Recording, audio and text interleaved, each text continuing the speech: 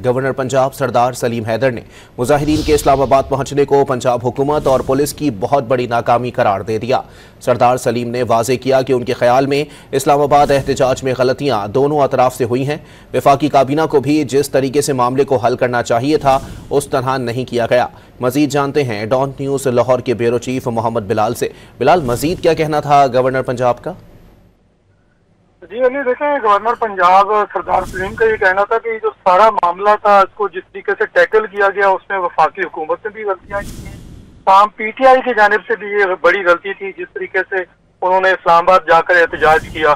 Governor Punjab ने वज़ीर आला खैबर पख्तूनख्वा अली अमीन गंडापुर पर तनकीद की और उनका ये कहना था कि इस तरीके से वो सरकारी वसाइल के साथ जो है वो आए रोज जब इस्लामाबाद में एहतजाज करने पहुंच जाते हैं तो ये भी काफी हद तक जो है वो गलत है।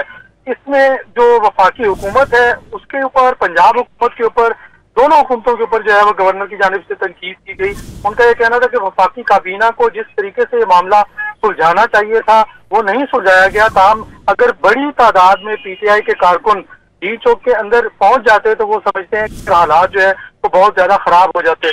जब उनसे ये पूछा गया कि जिस तरीके से मुजाहिदीन को मुंतशिर किया गया तो इस पर आप क्या कहते हैं, तो इस पर गवर्नर पंजाब का कहना था कि बहुत अच्छा हुआ कि जिस तरीके से मुजाहिदीन को वहां से मुंतशिर कर दिया गया, क्योंकि इसके बाद हालात जो थे वो मजीद खराब हो सकते थे। उन्होंने पीटीआई हुकूमत के ऊपर तनकीद की जो सूबाई हुकूमत है, और उनका ये कहना था कि पीटीआई की सूबाई हुकूमत पहले भी अपने कारकुनान को वहां से ले आती है इस्लामाबाद और फिर उन्हें इसी तरह जो है वो बेआसरा छोड़कर जो है उनकी क़यादत जो है वो वहां से चली जाती है।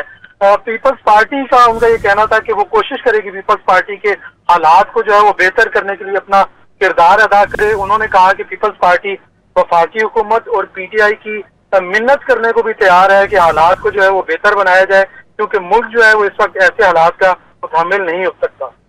बहुत शुक्रिया मोहम्मद बिलाल।